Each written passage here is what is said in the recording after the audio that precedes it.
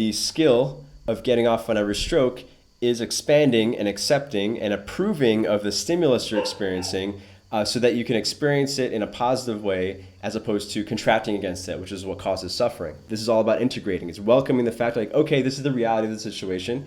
So all of your archetypes, all of your parts of your awareness can be like, okay, this is the reality. But instead of fighting it or worrying about it or crying, woe is me, or wishing that this wasn't the case, you welcome it. Beyond welcoming it, getting off on it.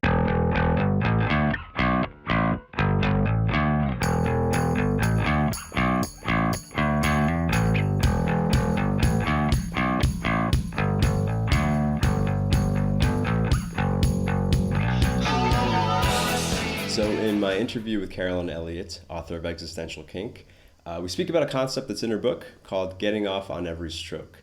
And a couple of people have asked me to explain what this means. How do you do it? Can I flesh this out a little more? So that's what I'm going to speak about in this episode, is how to get off on every stroke. So Carolyn's book, which is great, you should check it out, kind of expands on this and uses this root, which could be taken as a sexual metaphor, into dealing with challenges in life, and actually I think one of the main pieces of her book is reintegrating your unconscious. She references this great quote by Carl Jung, and I'm not going to get it word for word off the top of my head, but something like, until you make your unconscious conscious, it will run your life and you will call it fate, which I think is a beautiful quote. She mentions it a few times in that book. And that's essentially, I believe, the root of existential kink and the function of getting off on every stroke. This idea, which I will explain in this video, which is regrouping your dissociated archetypes, reconnecting to patterns in yourself or unconscious behaviors that are pulling you in different directions and seemingly causing you suffering. So I'm not going to speak too much on existential kink. That's Carolyn's term. There might be nuances to it or things she's added to it that I'm unaware of. So I'm not going to try to explain that. But this idea of getting off on every stroke, I do feel very qualified to speak on, because Carolyn and I met many years ago in I used to say this euphemistically, but I'll just say it straight, in a sex cult, a matriarchal cult called One Taste, where they explored different mysteries of the human experience or different aspects of human consciousness through a sexual practice called orgasmic meditation. So this idea of getting off on every stroke was one of their famous, or their common axioms, or things that they would kind of drill into our head. It was a skill, it was also words to live by, and it can be taken on a few different levels. On the most superficial level, or the most surfacey level, you can look at it just as an analogy, right? It's an analogy of a sexual experience, of a sexual skill that can be applied metaphorically, if you will, to dealing with uncomfortable life moments. If you like mystical language, you could call it alchemizing your suffering, or alchemizing pain, or alchemizing frustration into pleasure or joy or happy experiences. And I actually believe that one of the reasons why Carolyn chose the term existential kink, it's drawing from BDSM imagery, or kink, sexual kink imagery, where say a bottom really likes getting spanked, and even though it's something that causes physical pain on some level, the bottom says thank you daddy, and it makes it feel really good, and it heightens her pleasure. That's one level. But it actually can be taken a little bit more literally, where the actual physical skill, because there's a skill to this is something that we trained in, specifically women trained in One Taste, that can be practiced in sexuality. I think it's most easy to practice in a sexual setting, but it can be applied into life. It's a physical skill, just like grounding or somatic awareness. In fact, they're all lumped together. And on kind of a spiritual level, if you will, or you can almost look at it as like extreme Taoism, which I know is an oxymoron, and perhaps there's a Taoism expert watches this, he'll wag his finger at me for my explanations, or maybe he'll just shrug because he's Taoist. But it's like, instead of just going with the flow, it's like aggressively going with the flow, or like getting off on the flow, like achieving like orgasmic states potentially on whatever life is throwing at you. So I'm gonna flesh this all out. So for definitions, to get off on every stroke is to derive pleasure from everything.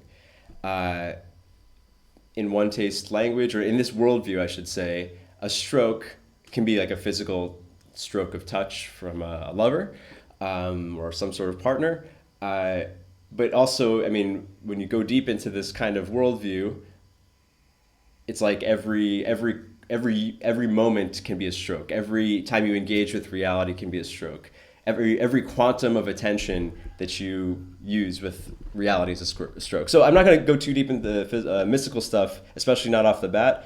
But the idea in general, and the reason why this is an applicable life skill to everybody, is that if you can really learn to get off on every stroke, you can basically handle everything that life throws at you and handle it with a smile, potentially. And, you know, this language, getting off on every stroke, existential kink, obviously they're kind of more feminized language. It's like getting off on every stroke is created by a woman from a female perspective. I'll explain the sexual practice. Even existential kink, obviously Carolyn's a woman. I think most people, even if you're really kinky, most guys probably aren't, they don't relish at the idea of getting spanked by Daddy Dom or getting spanked by the universe even. So maybe that imagery doesn't fit for most men. So one of the things I'm going to do in this episode, just because I'm a guy, is kind of share perhaps a male translation or a more male applicable translation of these terms. But essentially, this is staying grounded and engaged. Like the same stuff I speak about in the arousal control episodes of like being able to fully engage with a stimulus from reality, whether it's a sexual stimulus or just some experience that causes some feeling in you, physically or emotionally, and having the capacity to enjoy it rather than experience it as frustration or suffering. And if you caught the episode I did on the Road of Trials, this will pair up with that. The Road of Trials kind of viewed hard times in your life from like a top-down perspective, or from looking at it like as a stage in your hero's journey. This is more the immediate, like, physical side of things. So this episode has 3 parts. First, we're going to speak about the origins of the idea in orgasmic meditation and some of its roots in Western occultism. We're going to speak about the more grounded side of the skill, the physiological experience and what's going on mentally, the psychological skill, if you will, using some analogies from BDSM. And then at the end, I'm going to touch a little bit on what we might call the mystical side of things, which for me, anytime I'm speaking about anything mystical, it's about how you create your subjective reality without being diluted, of course. Because essentially, especially, if you're a masculine person, you might be hearing this and being like, oh, this getting off on every stroke, that sounds like you're just learning how to endure unpleasant things. Well, no, it's not exactly that. There's a bit of that, but on a level that maybe is a little bit unprovable, but I'm going to try to show it. When it comes to social dynamics, a lot of mystical concepts can be observed very clearly in social dynamics. Even the skill can be used as in manipulation, which is not my point here. Please do not use this for the dark side. But I will share how it has been used, or have witnessed it being used. In a way, getting off on every stroke is kind of a way of guiding reality. Or if you're familiar with BDSM, it's kind of a way of topping from the bottom, in a sense. Because really what you're learning here is deep, deep surrender, which, if you are a spiritual person, is probably a word you like. And as I mentioned, I'm going to try to apply all of this stuff, or translate it for a more masculine worldview. Because a lot of these terms are from the woman's perspective. First, let's jump into origins. So I learned this at One Taste. I met Carolyn at One Taste, and One Taste's main thing that bound their community together, where a lot of their analogies were drawn from, where a lot of the very applicable life skills, or social skills that we all developed in terms of developing intuition and reading people, and yes, manipulating people, came from a practice called orgasmic meditation, abbreviated as OM. I found out about it through a TED Talk that the founder did in 2007. I jumped into their organization for various reasons. I was kind of going through my own existential crisis as a 23-year-old, but also they were featured in Tim Ferriss's book. I was a huge Tim Ferriss fan at the time.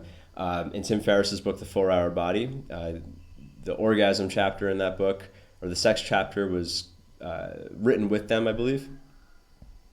And if you want to learn more about that whole thing and my journey with One Taste, you can check out my When I Was in a Matriarchal Sex Cult episodes. But this practice of orgasmic meditation essentially trained sensitivity. It trained empathy on a very practical level. It really demystified empathy, to me at least, because it trained. I'll explain the practice first, actually. So typically, a man would stroke a woman's clitoris for 15 minutes in a prescribed fashion. It was on a timer. It was kind of like a Bikram yoga class where everything was like very strict on a timer. But the entire stroke was just up and down. Like there's no like circles. It wasn't even stroking her entire clitoris. It was stroking a specific spot on her clitoris, like the most minute spot where the most sensation could be felt. And this practice actually had roots, this what they call the container, this 10-step ritual done over 15 minutes was created by One Taste and Nicole, the founder. But it was adapted from another cult-like organization called the Welcome Consensus that teaches about sexuality, and a different kind of clitoris stroking practice called doing, deliberate orgasm. If you have studied Tantra or into conscious sexuality, you may have heard of the Bodanskis. They had a different version of this clitoris stroking practice called extended massive orgasm. You can imagine. You can imagine it's something like that. And then all of these had roots in another organization, which was it still exists, a commune that started in the 60s called Lafayette Morehouse, run by a guy named Vic Barranco, who many consider to be one of the prominent cult leaders of the 60s. He was buddies with L. Ron Hubbard, who founded Scientology, and Werner Erhard, who founded EST, which became landmark worldwide. Anyway, I talk about all that cult stuff in my cult episode, so I'm not going to go too deep into that, but this is kind of, there's a lineage that goes all the way back to Aleister Crowley, basically Western occult sexual practices. Now, the 15-minute Om container, One Taste became the most popular of all of these organizations because they were really good at marketing, and one of the things that made them really good at marketing is that they took this pretty esoteric kind of, or this practice that had occult,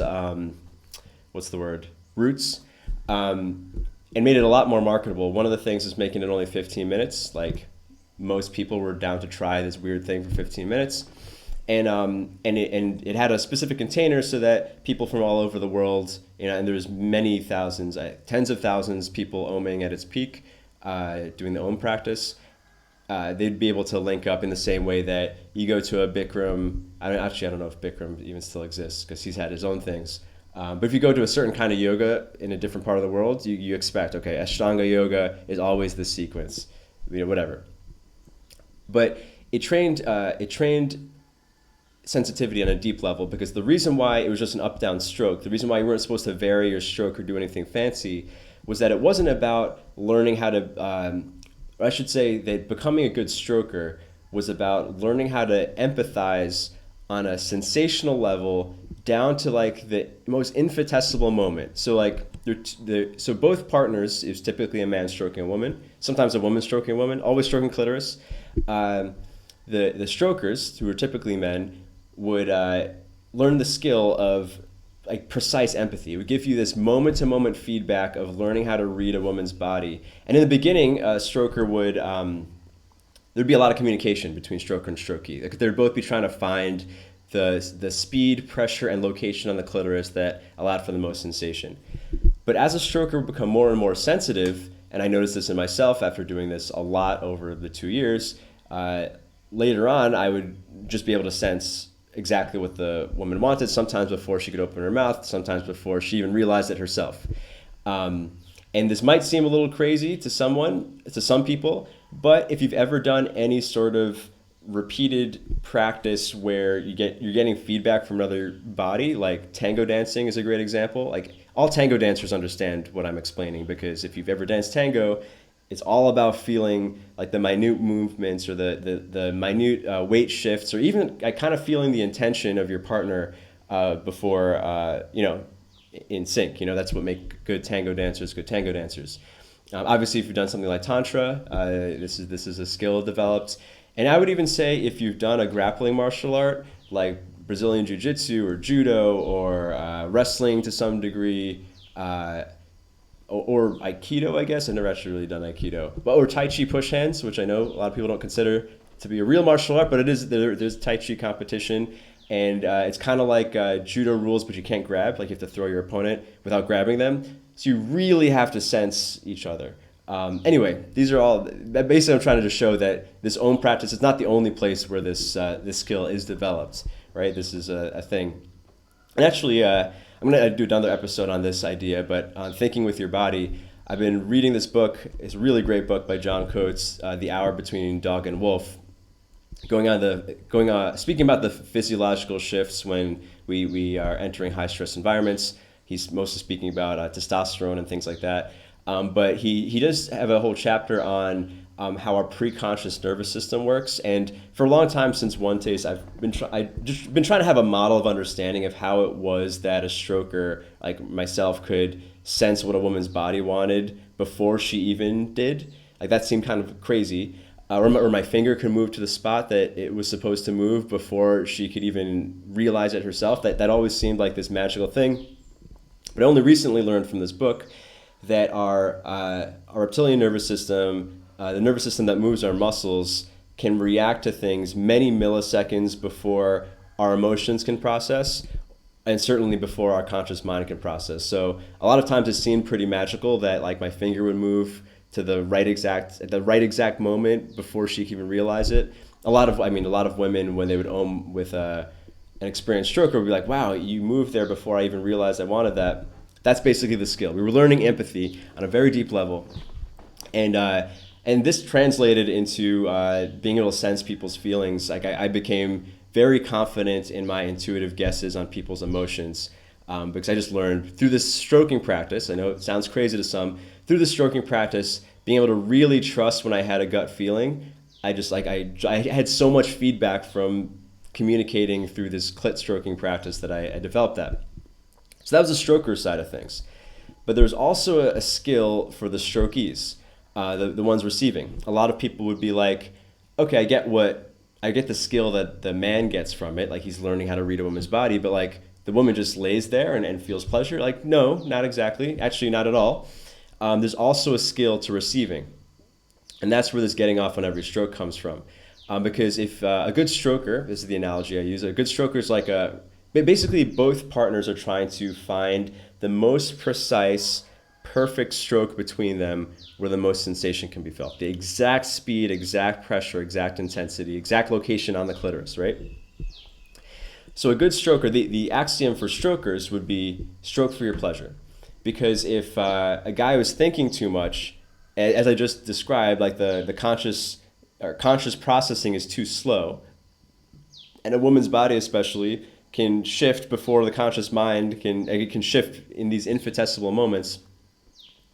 The way to like disengage the guy from thinking too much and trying to read her moans or like look at her face, like the way to just shut all that off and just like feel, was to stroke for his pleasure. So instead of trying to get her off or get her to like him or try to do something for her, he would try to stroke her clitoris in a way that actually felt good for his finger. And that kind of like tuned him in. So a good stroker was like a precision shooter. Even like with, if you think about basketball or like archery or something, like the target's really far away, the hoop's really far away, it's really small, but a really good stroker can still find the perfect stroke even under subideal conditions, meaning like a really good stroker could find the orgasmic zone with a woman who perhaps is really numbed out. Let's say she spent years of being closed off or years of using hard vibrators or whatever, right? On the woman's side, the woman's version of stroke for your pleasure was what we're talking about here, which is getting off on every stroke. Because in the way that a good stroker was a precision shooter, can like shoot a tiny target from far away, a good strokee, a good receiver, was a really big target. So either one, a good stroker or a good strokee, could make up for a lack of skills in the other partner.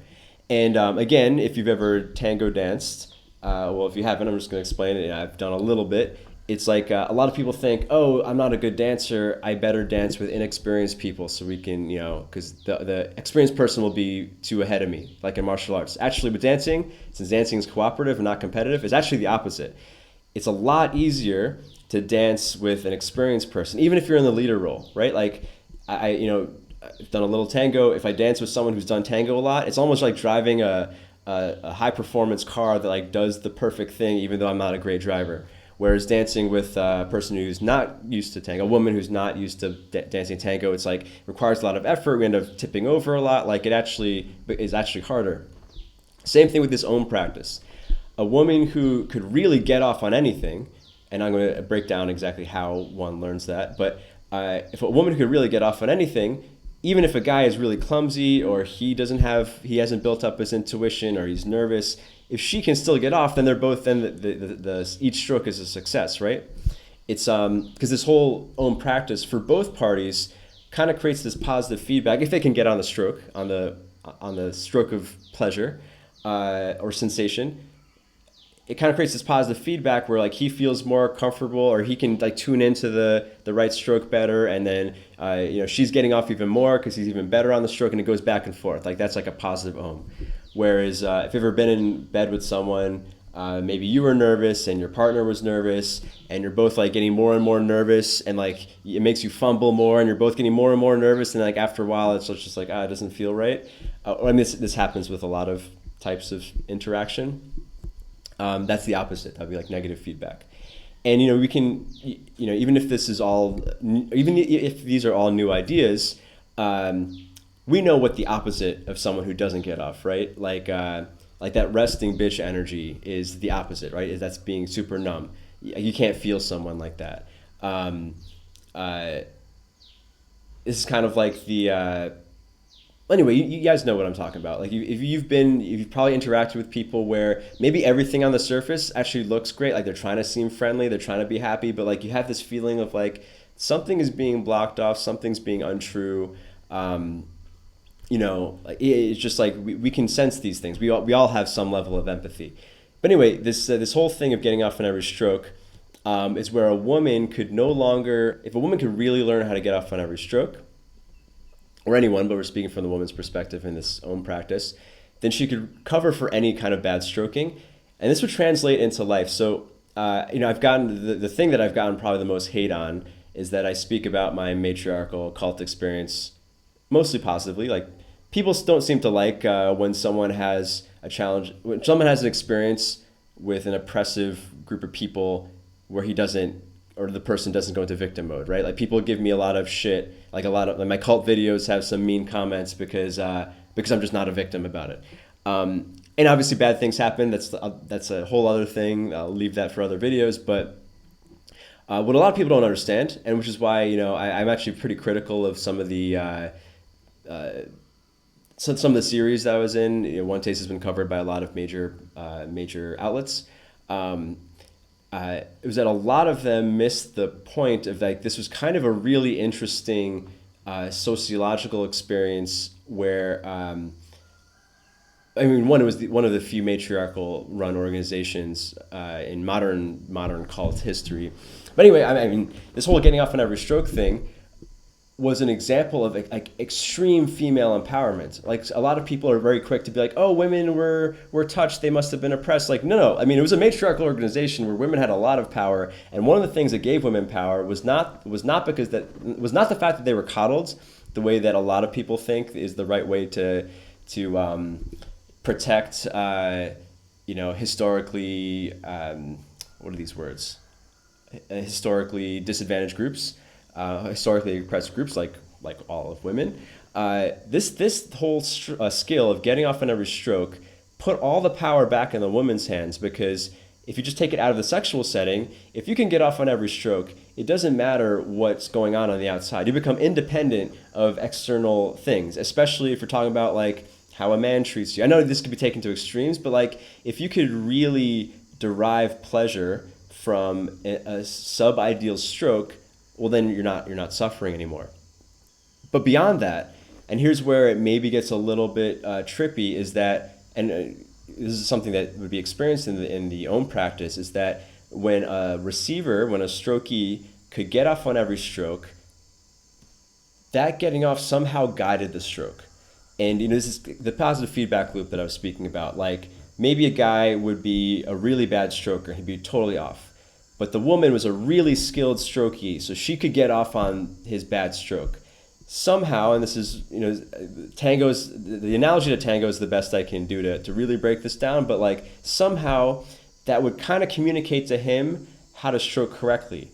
And like, because I taught for One Taste for a while, like you would see like the best thing for a guy, and I coached a lot of men in this organization or in this community, the best thing for a guy to learn intuition was to partner up with women who could really get off. Like something about that taught them to stroke better, because when a woman could really get off, she could guide the stroke. And this is like the skill called bottoming, right? Like when it comes to getting people to do what you want, most people think of the masculine version, which is topping, like dominating people.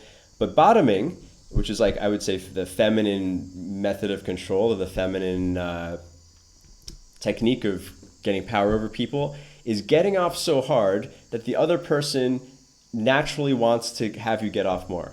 And I made a video a couple of years ago about bottoming to cops, like when, not physically, but like, if you get pulled over and the cops were writing you a ticket, trying to argue with him or try to like dominate, like the stupidest thing you could do is dominate a cop, because forget about, the guy's ego or whatever, like for a cop to maintain his role in society, he has to maintain top position, right? Whatever your opinions are of policemen, like that's just the reality of their job. Like they have to do that.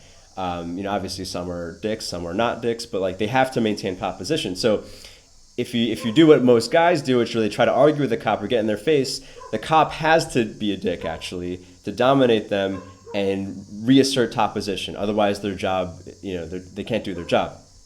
A better thing to get out of a ticket, which I've done a number of times, is to bottom. It's like to be really kind, not to be servile, but to like really get off and like just assume, you're almost like assuming a reality or like incepting a reality that, hey, we're on the same team here, right? Like, I know this, maybe some feminists will get angry at this idea, but this is how women have had, the women who have had power throughout 5,000 years of oppression, this is how they had it. It wasn't that, there's a famous line by Anton LaVey, it's like, there have always been women in power despite the patriarchy. They weren't leading the armies, they were sleeping with the men and controlling the men who ran the armies, right? And that's like real power, because they didn't even have to go into battle. Anyway, so I did this own practice for a while, and I noticed that, actually, wait, hold on, I'm jumping around. I have a lot of arrows off of this one point, so just want to make sure I'm going in order. The skill of bottoming can be applied. This is one of the things where this getting off on every stroke was applied to manipulation, because you would see where in sales, for instance, One Taste would do this a lot, where a person would maybe put up resistance, because most people have some sort of resistance to sales. But even like it's almost like every negative thing that seemed negative, every resistance point, a really skilled One Taste salesperson or a really skilled Omer would somehow bottom to it or somehow get off on it that made it feel good. And the thing about bottoming is kind of like Abe Lincoln's quote. He has a quote. He had a quote. I destroy my enemies by making them my friends. This is essentially what bottoming is. You're getting people on the same reality. You're getting someone to do the thing that you would want them to do of their own volition because they now want to do it. So the skill of receiving, even though I was in the stroker position most of the time in oming, I mean, I grew a lot in One Taste. I spoke about that more in that episode. But specifically with this getting off on every stroke, one of the impetuses that had me join One Taste, aside from my existential crisis, but related to my existential crisis, is that I had a psychogenic sexual dysfunction. I just basically had become so closed off emotionally that my dick stopped working. I had ED. So that was one of the reasons why I was particularly interested in this like sexual organization to get my mojo back. And I spent a period of time, because I was so closed off. I was so not getting off on reality. I was so numb to reality.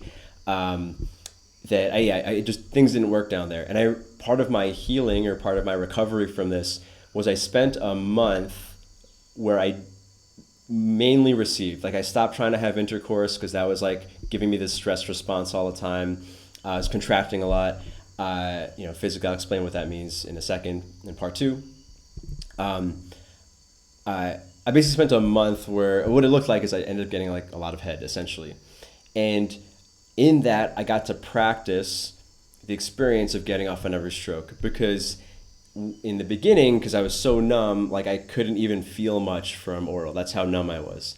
But by putting more attention on it, by accepting reality, by not resisting, I'm going to speak about the how-tos, but by doing this over and over, eventually I did become more sensitive, because sensitivity is a skill that you can work on. And even if you're a guy who's working on being more grounded, like in the masculine archetype challenge, I've 7 different techniques for grounding, 7 different things to use your attention on to become more grounded, but they all are essentially putting your attention on physical reality, right? You're putting all of your attention on physical reality and dropping value judgments and dropping whether things are good or bad or worrying about the futures. Like all of your attention is going into feeling the moments, which calms your mind, which allows you to handle more, as opposed to trying to escape the moment, which is what people are doing when they're in their head or when they're anxious or whatever. And what I found over time is like, yes, I did get my mojo back. It was a wonderful healing experience, which is why even though I can condemn One Taste and all the bad things they did to people with everyone else, I also have to admit that it was an overall positive experience for me. I did get a lot from it. I did experience a lot of healing or recovery, if you will. What I started to notice is that as I learned how to get off on things, women seemed to want to touch me more.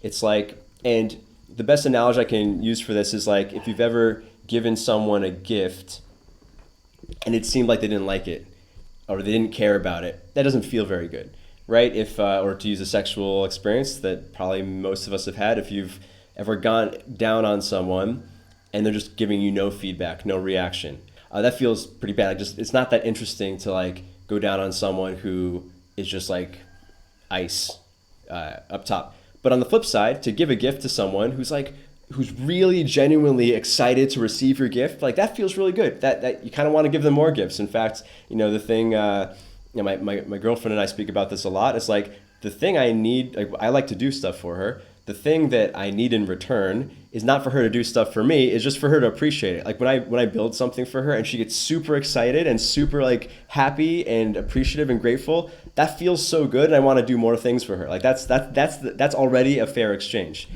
Same thing with sexuality. If you're going down on someone and they're really getting off, it makes it more fun for you. It allows you to share in the pleasure. And as I learned how to get off more and more, it was like people wanted to give me things. People wanted to touch, like women wanted to touch me more, down to the point where the same like skill, and this maybe sounds weird or whatever, this will come off however it comes off, but I remember being in bed with women. This was still during kind of my healing phase early on, where I would, before, sometimes clothes will still be on, like just by like kind of pre-getting off, like getting off on this thing that hadn't even happened yet, like this idea of receiving oral, let's say, for some reason, and this all could be in my head, maybe there's other cues that were happening, and that I'm not saying this is like a one-to-one thing, or I'm not trying to make a causal relationship here, but what I noticed was when I would get into this skill of getting off on something, even before it happened, it seemed like women wanted to do it. And maybe there's other signals I was giving off. Maybe I was like unconsciously looking down or something, and I don't mean that if that's the case, then this is not, well, anyway. But there's something about like really getting off on something that makes people want to do it. And you could even mystify this a little bit, or like a lot of the law of attraction a lot of people with positive like mindset stuff talk about the importance of gratitude, like being grateful for stuff that you want as if it already happened, as opposed to longing for it in the future. Like something about that, whether it's in your head, whether it's self-fulfilling prophecy or somehow it does actually make the universe move, there's something positive about that, right? Like getting off on the thing that you want before it even happens often makes it happen. Like going back to the parking ticket thing, like, or the speeding ticket thing, like the times that I've gotten out of tickets, I got into this mode of like feeling so grateful to the cop that he decided to not give me the ticket. And the times that I've gotten, I mean, I haven't done this 100% of the time, but the times I've gotten out of tickets, it's been exactly that. It's like I just gave that I just got into that reality. Not that I said anything or tried to convince him. I got into that reality, and the cop was like, all right, just, check your speed again, or in the future, whatever. So anyway, these are my experiences with it. Let's go into part 2 on actually how to do it. So something that they would often say, another axiom in One Taste, when it came to any experience, they would always say it's just sensation, which is a line that could be used manipulatively, but there's truth to it. Like every experience we have, if we think of the triune brain, there's our reptilian nervous system, which I mentioned reacts way faster than our emotional nervous system. There's our limbic system. There's our conscious mind, and they've kind of evolved on top of each other, or they've grown on top of each other, developed, if you will. On the most root level of experiencing reality is sensation, right? And sensation is value neutral. A lot of us, when we feel a sensation or we feel an emotion that corresponds with a sensation, usually in our torso, we are quick to judge it. Like, oh, this is a good feeling, this is a bad feeling. But you probably know there's a lot of feelings that can be reinterpreted. Like one of the things that Tony Robbins does a lot, or one of the terms that he's popularized is reframing. Actually might come from Jim Rohn, but it doesn't matter. Personal development people, they talk about reframing a lot. I talk about reframing sometimes. What is a reframe? It's essentially, you have this experience, you have this sensation, you have interpretation, which is unpleasant. You create a new interpretation of it so that now you have the same feeling. It's like the sensation didn't go away, the reality didn't go away, but now you're experiencing it positively. In One Taste, we could practice boiling things down to the value neutral sensation, because when you can really just pay attention to how it feels in your body, there's not necessarily a good or bad. And what this comes into, because obviously some sensations are painful, some are pleasurable. Our reptilian nervous system experiences the world this way because anything that's painful is probably bad for our survival and we should go away, or we should close off to it, or not take it in. Whereas something that's good for our survival, we should open our aperture, we should take more of it in, whether it's through our mouths or through our eyes, through our senses, through our being. Pain and pleasure. And the thing that One Taste would often say is so-called bad feelings is simply sensation beyond your ability to approve. That dog barked because he knows it's true. Pain is essentially the interpretation that you must contract to the stimulus. Pleasure is typically the experience of expanding to the stimulus. Now, we know that some people love roller coasters, some people hate roller coasters. Some people love scary movies, some people hate scary movies. Different foods. Some people it makes you contract, some people, it's like, yeah, give me more durian or whatever it is. Right? Contraction is the effect of the fight or flight nervous system, the sympathetic nervous system. It's getting away from something. It's hardening against a challenge, something bad for you. The relaxation is an effect of the parasympathetic nervous system, the feed or breathe nervous system, the opening, right? And even down to physiological responses. When your sympathetic nervous system is active, your pupils contract. When your parasympathetic nervous system is active and your sympathetic nervous system is not, your pupils expand to take more in. Like when we're looking at someone we're attracted to or we're aroused, our pupils get big. In One Taste, everyone's pupils were always really big. Everyone was turned on, everyone was happy, everyone had a flood of oxytocin. It was a very chill environment. So essentially, on one level, the skill of getting off on every stroke is expanding and accepting and approving of the stimulus you're experiencing, so that you can experience it in a positive way as opposed to contracting against it, which is what causes suffering. And just for maybe a more masculine spin on this, or something that maybe relates to men a little more, we can take a sensation, because obviously, all right, you can imagine some sensations, it's hard to conceive that a normal, healthy person could possibly derive it from pleasure. We could imagine it's a lot of painful things.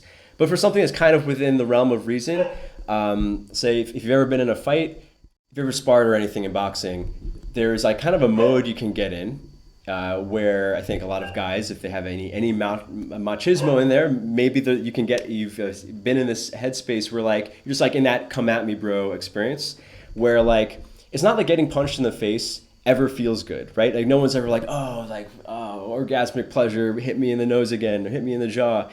But there is an experience where instead of like cowering and contracting, like, oh, please don't hit me again, which is an extremely painful experience, it's like hit me again. Like it almost feels good, right? And like in those moments, obviously it's still killing your brain cells, it's still bad for you.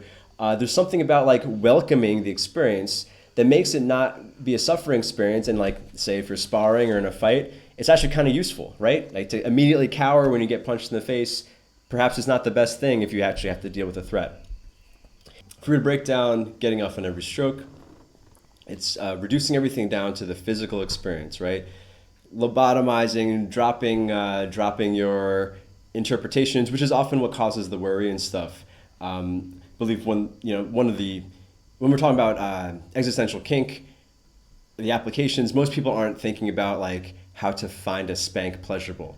Most people are thinking about like how to, the fact that I'm worried about money, how to make that manageable and how to move through that so I'm not stuck, how to have the terrible experience of writer's block and not take it as this like painful, awful thing, but instead feel it and move through it. Like that's part one and this is why we reduce things down to sensation. You drop that experience.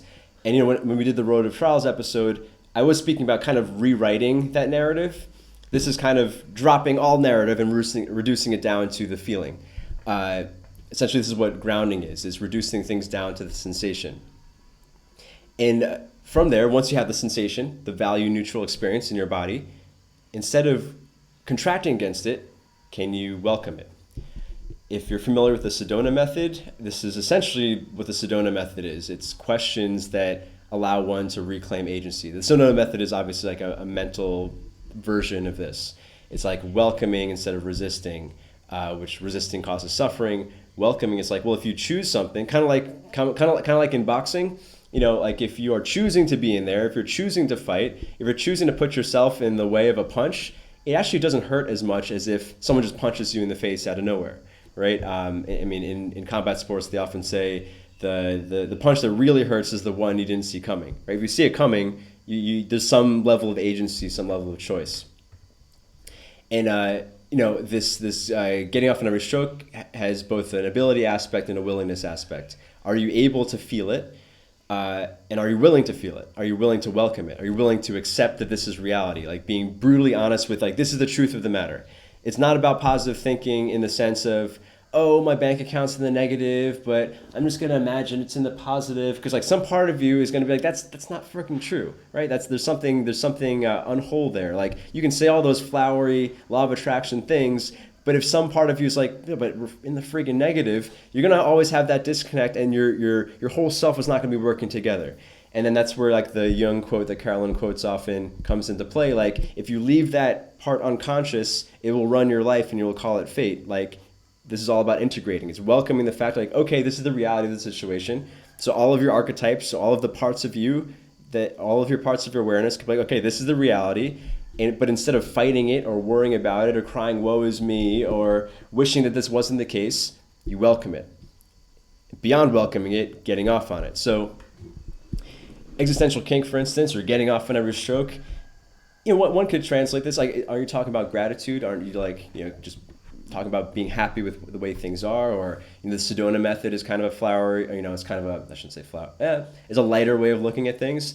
Existential kink or getting off on every stroke is kind of like a more animalistic or almost like aggressive version of gratitude. Obviously, existential kink draws on symbols from BDSM. One of the great examples and the one that made BDSM make sense to me was a demonstration that my friend Omer Pani did at an event I hosted for men, the Masculine Underground Symposium. He was trying to explain to this crowd of guys, like someone asked why women like getting choked, and he asked for a demonstration. He asked for a participant. He asked like, can I put my hands on you, whatever, and he grabbed the guy's throat. Like this is a guy, he's a buddy of mine. Like just like grabbed the kid's throat, and then he let go. And then he was like, well, where was all of your attention? And the guy was like here on my throat, right? Because like when there's a threat to our survival, all of that stuff, when there's a threat to our immediate survival, all those worries about stuff that aren't real kind of disappear. Like you're just worried about the hand on your throat. And almost explaining, one of the reasons why so many women like being choked in bed is that when there's a hand on your throat, or a lot of things that maybe seem that they should be unpleasant, like getting spanked or whatever, everyone's got their thing, it forces all of your attention onto your body. And if you can have all of your attention on your body, obviously you can feel more of your body. And if you can welcome it, if you can accept it, if you can, I'm saying this phrase, thank you, daddy, because that's a thing that people who are into BDSM, you've probably heard it before. It's something about this accepting or welcoming or feeling grateful for this experience that's happening to you. Instead of contracting, it turns into pleasure, or it mixes with your pleasure, and that's how it fuels the arousal for a lot of people who are archetypally feminine. And because like with pleasure, it's nice to imagine yourself as, being worshipped or whatever, or, all that stuff that is a lot of people's fantasies, men and women as well.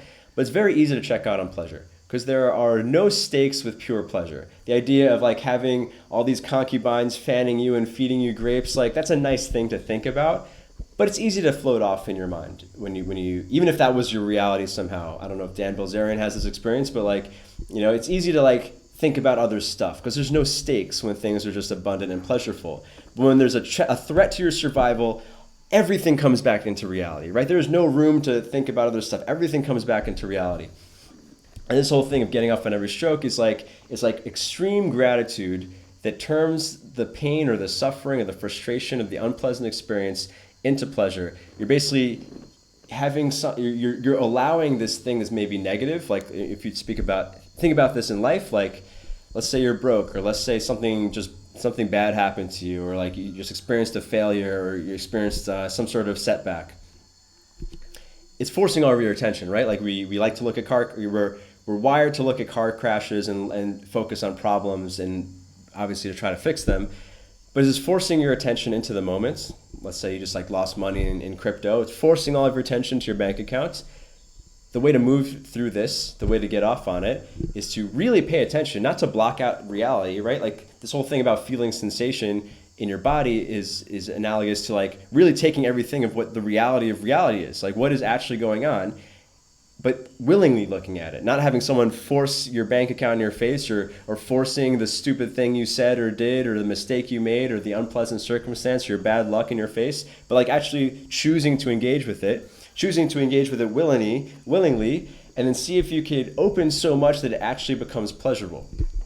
Because the more you welcome or feel an experience, the higher fidelity of your reality is, the higher resolution you allow reality to be, as opposed to when someone lies to themselves or tries to put a flowery gloss on things or tries to be like, oh no, my bank account's not negative, there's $1 million in there.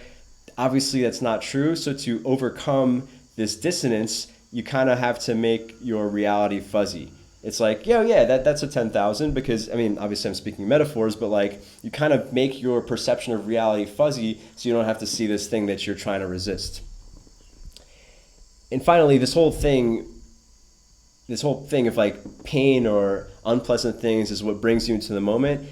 These so-called dark things or unpleasant things is also what makes your life interesting. And I say this in every Hero's Journey episode, like if you had no hardship in your life would have no story. If there's no conflict in a movie, there'd be no movie. You wouldn't want to watch that. Now we're going to what could be seen as the mystical side of this. You can also just take this as the poetic or metaphoric or hero's journey part of it. The rest of this episode is stuff that I can't prove is true, but these are the perspectives I choose to have, and I find them to be enjoyable. If you look at things from a hero's journey perspective, let's say, when you resist reality, when you try to pretend that things that on some level you know is true, but you pretend they're not true or try to not think about that, or you try to avoid this situation, you try to avoid the hard conversation, you try to avoid the thing that you know you're supposed to do, the thing that you know you want inside, but you're afraid to do it, you just try to push this away. That's a recipe for apathy. I've spoken about that in many of the apathy episodes.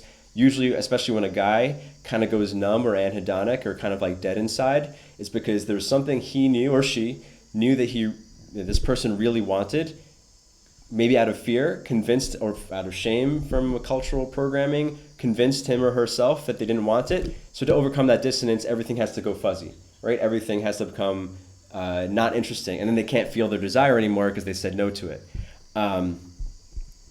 Getting off is the opposite, right? Getting off, even on a thing that seems unpleasant, instead of hitting the brakes, because like this resistance or lying to yourself is hitting the brakes on reality. It's like, no, I don't like this one scene in the movie, so let's just stop the movie. And then this person goes through life kind of dead to the world and numb, and one day they wake up and they're 60 years old and they didn't live their lives because they were afraid to deal with an experience from when they were younger. I don't mean to judge the person. This is in a way what trauma is. So we can have empathy for such a person. But if this is you, on some level, whether it's a big thing or a little thing, the way to move through it is to learn how to get off on it. Getting off on it is opening up to reality, and it increases the speed. And like this is, I can't prove this is true, but I did experience things like this in the sexual practice I spoke about. It's like when you say yes to the thing that is right now, it moves on to the next thing faster, right? Just use my embarrassing example, like when I could accept the fact that like I was dead from the waist down, I couldn't feel anything, but I just like paid attention to it and I was with it and I accepted everything that I was or wasn't feeling. It moved on to the next thing. Like my mojo came back really fast actually when I stopped resisting, and then it went to like higher and higher and higher levels because I was just able to be with it, is the phrase often used. Because mystical idea, but I believe this is true, that feeling or your subjective perception and objective reality, or our closest perception of objective reality, will always eventually sync up. Which is why, again, the law of attraction people will say, be grateful for the thing that you want as if you already have it. Or Danielle Laporte speaks about, instead of setting goals of what you want to have, it's like, how do you want to feel? Because if you get into the feeling of the thing that you want to experience, reality will come to match it. Whereas if you get into the feeling of things you don't want, you're worrying about the future, those things often happen. Can't prove that's true, but that has often been my experience. And I'll just end with this, and you can hear the construction outside, so we're going to close up.